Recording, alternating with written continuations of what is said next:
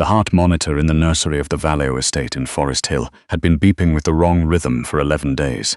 Thin and hesitant, like it wasn't sure it wanted to continue. Sebastian Vallejo was 8 weeks old and weighed less than he had at birth.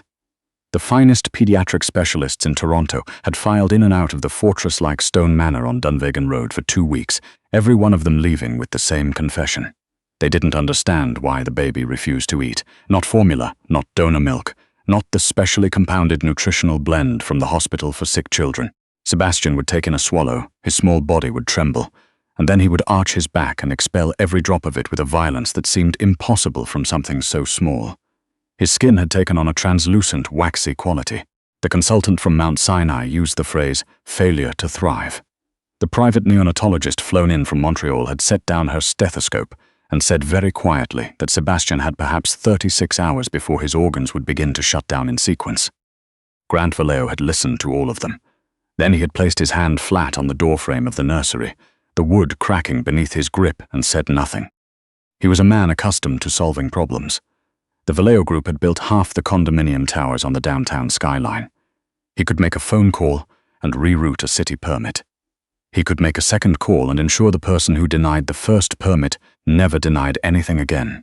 He had walked through the worst of it, the grief of losing Elena, of watching the paramedics worksmith on her at the intersection of Avenue and St. Clair while the driver fled north, and he had made sure the person responsible for that choice understood its full consequences. He was not a man who accepted outcomes he had not chosen. But his son was dying, and Grant Vallejo did not know what to do. Rue Moreau was not supposed to be in the nursery. She was staff, the lowest kind, hired 3 days ago through a discreet domestic agency that asked for minimal identification and paid in direct deposit every Friday. Her job was to clean the baseboards of the East Wing from 7 in the morning until 7 at night, on her knees with a cloth in a grey uniform that scratched at her collarbones. She ate in the staff kitchen and spoke to no one if she could help it. The arrangement suited her because the agency did not report to anyone who might connect her to the address her ex-boyfriend Darren had listed, when he took out loans from people who were now looking for both of them. Darren was gone. Actually gone 2 months ago, the week after Rue's daughter Clara had been born too soon and had not survived the night. He had stood in the doorway of her hospital room while the nurses were still explaining in careful, gentle voices what had happened, and he had said that he couldn't do this and had left. He had taken the joint account card and roughly $40,000 of unpaid debt and the belief that Rue would handle it. Rue's body had not gotten the news about Clara. That was the cruelest part. Crueler than Darren, crueler than the debt, crueler even than waking up in an apartment that still had a half-assembled crib in the second bedroom. Her milk had come in 3 days after the birth, as it was supposed to, and it had not stopped. She bound her chest every morning with compression bandages before she put on the grey uniform, took the ibuprofen from the shoppers on St. Clair, and went to work.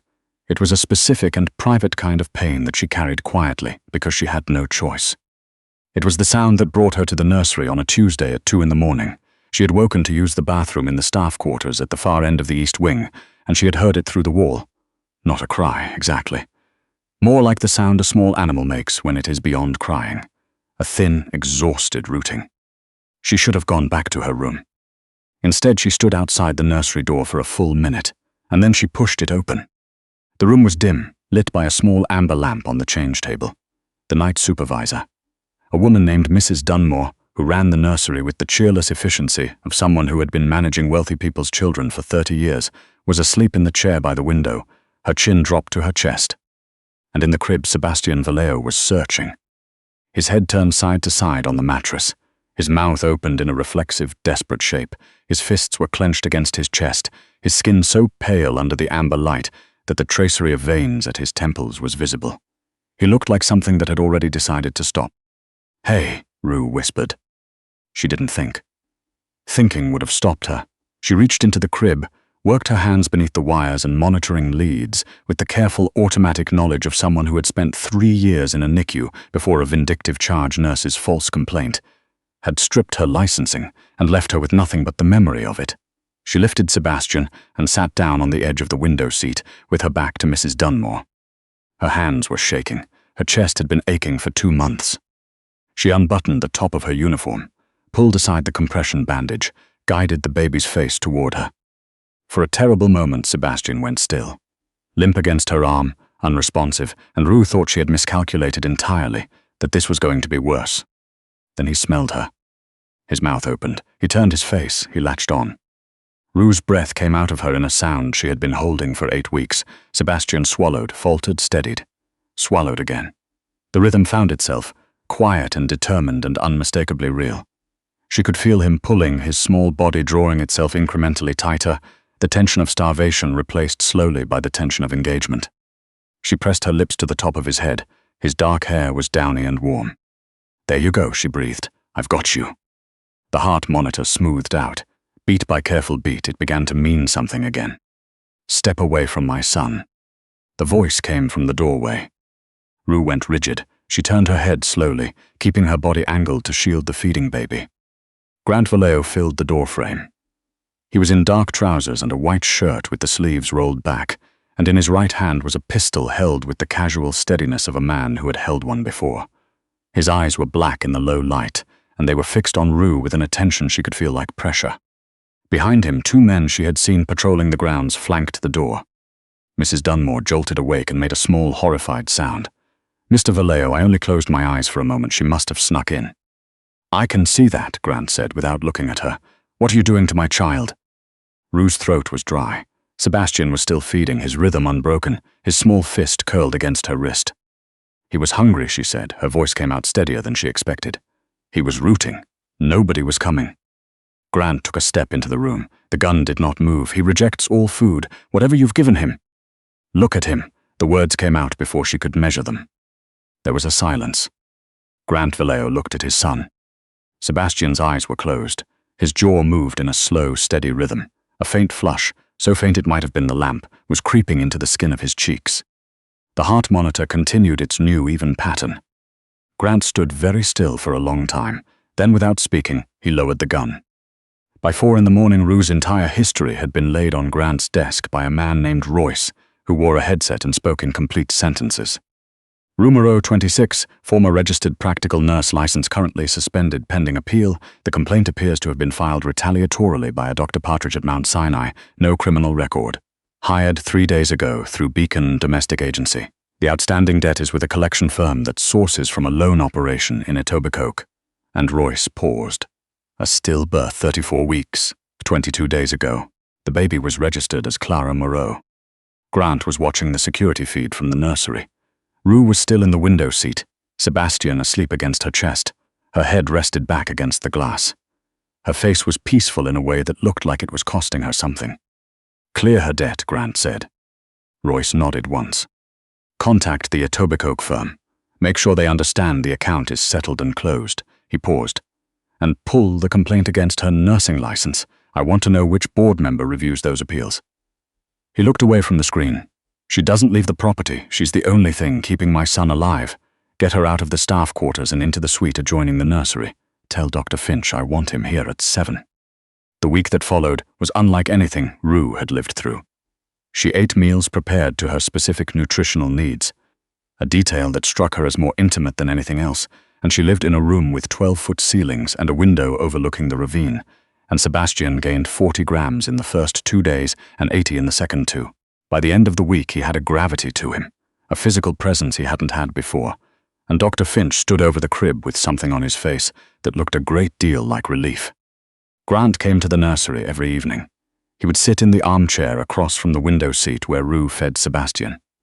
And occasionally he would ask about Clara, or about nursing school, or about Quebec City, where she had grown up, and she would answer honestly because it seemed beside the point to do anything else. He was the most controlled person she had ever been in a room with. But sometimes, watching him watch his son, she caught something unguarded in his expression, something that recognized a specific kind of grief, the kind that arrives by subtraction rather than argument. She noticed other things too. Rue had survived a difficult relationship by learning to read rooms.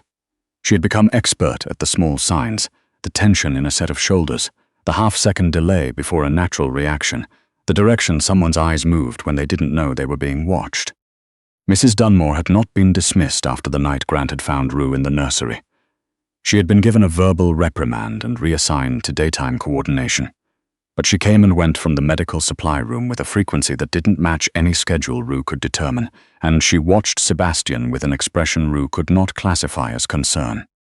On a Thursday evening, preparing a tea in the nursery kitchenette, Rue opened the medical refrigerator for a backup bottle of formula. One of the sealed bottles had a tamper-evident band that was not lying flat. Rue stood in the cold air of the open fridge and looked at it for a moment. Then she lifted it out, uncapped it, and brought the opening close to her face.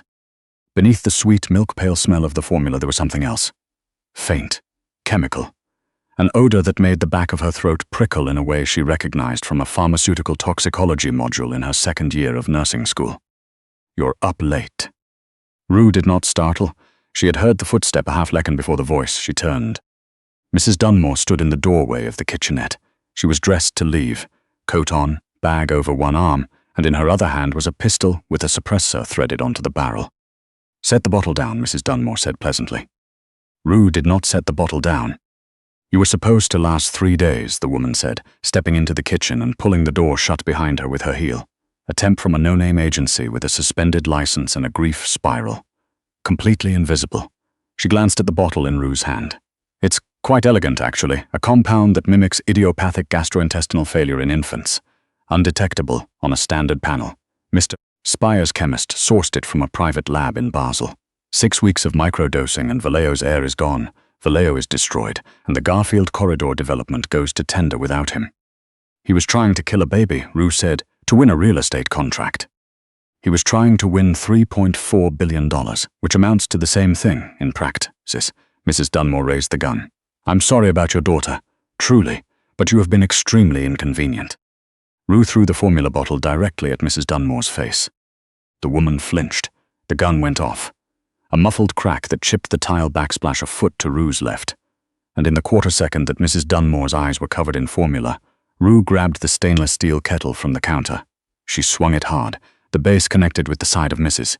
Dunmore's head with a sound that Rue felt in her elbow, and scalding water went across the woman's coat, and she went down hard, the gun skidding under the island. Rue kicked it further and turned for the nursery door, and Grant Vallejo came through it. He had not been in bed. He was in his shirt and suit trousers, and he was holding a pistol in a two-handed grip, and behind him Royce and one of the outdoor security team came in fast and low, sweeping corners. Grant's eyes found Rue. They moved across her, the dust on her collar, the kettle still in her hand, the unbroken posture of someone who had not gone down, and something in his face shifted in a way she had not seen before. "Sebastian," Rue started. "Clear," Royce said from the adjoining doorway. "Baby's asleep." Grant crossed the kitchen to Mrs. Dunmore and hauled her upright by the arm with the ease of a man who had done similar things before. She was conscious, bleeding from a cut above her ear, and when he asked her a single quiet question, the name, she said it without much hesitation, because the alternative was evident. Edmund Spire. By morning they were gone from the house on Dunvegan Road. Grant moved them to a unit on the 53rd floor of a tower in the financial district. His name wasn't on the lease, and the building's security systems had been modified by people Royce trusted. The city spread out below the floor-to-ceiling windows in every direction, Lake Ontario flat and silver in the early light. Rue stood at the glass with Sebastian against her shoulder, his weight warm and solid in a way that still startled her every time. He was sleeping. His small fist was curled near her collarbone, and his eyelashes, dark like his father's, rested against his cheek. She heard Grant come in behind her. She could tell from the sound of his walk that the worst of it was behind him, at least for now. "Spire?" she asked. "Royce has everything we need." Grant came to stand beside her at the window. He looked out at the city for a moment, then down at Sebastian. "His own lawyers will be presenting the evidence by end of week. The Basel compound, the wire transfers, the communication logs. Spire is finished." He paused. "Mrs. Dunmore will not be a concern." Rue nodded. She adjusted Sebastian slightly in the crook of her arm. "Your appeal," Grant said. "I've spoken to someone on the review board. Your license will be reinstated by the end of the month. The debt has been settled since last week." Rue didn't answer immediately. Outside, the morning light was coming in off the lake, turning the buildings across the water a pale, warm gold. "You didn't have to do any of that," she said. "You saved my son's life twice." His voice was even, but something moved beneath it. "The first time was instinct. The second time you were alone in a kitchen with a woman who had a gun. You had every reason to run and you didn't." He looked at her. "I know what that took." "I know what it's like," Rue said quietly. To have something taken from you that no one else thought mattered enough to protect. Silence settled between them. Not the absence of things, the presence of them. Grant reached out and, with a care she would not have predicted from him, tucked the corner of Sebastian's blanket more firmly against his small back. His knuckle brushed her wrist. Neither of them moved away. "Royce has started calling you family," Grant said, the edge of something wry and undefended in it. "In the sense that he informed security this morning that your access is equivalent to mine." "And what are you calling me?" He looked at her for a long moment. Then, for the first time since she had known him, Grant Vallejo smiled, brief and real and a little undone. He leaned down and kissed her, slow and certain, and Sebastian slept on between them, warm and fed and unhurried, oblivious to the empire that had fractured and rearranged itself entirely in his name. Later, when the light had fully cleared the lake and Sebastian was demanding his morning feeding, with the imperious confidence of someone who had recently learned that nourishment was reliable, Rue settled into the window seat with him, and Grant brought her tea without being asked and sat across from her and watched his son eat with an expression she was beginning to understand. Was as close as he came to peace. She had come to this city with nothing she intended to keep. She had lost the thing she loved most and then, somehow, been given something back, not the same thing, not a replacement for Clara, but something of its own shape and its own particular claim on her. Sebastian's hand found her finger and closed around it, as it did every time, with complete and uncomplicated trust. Rue held on.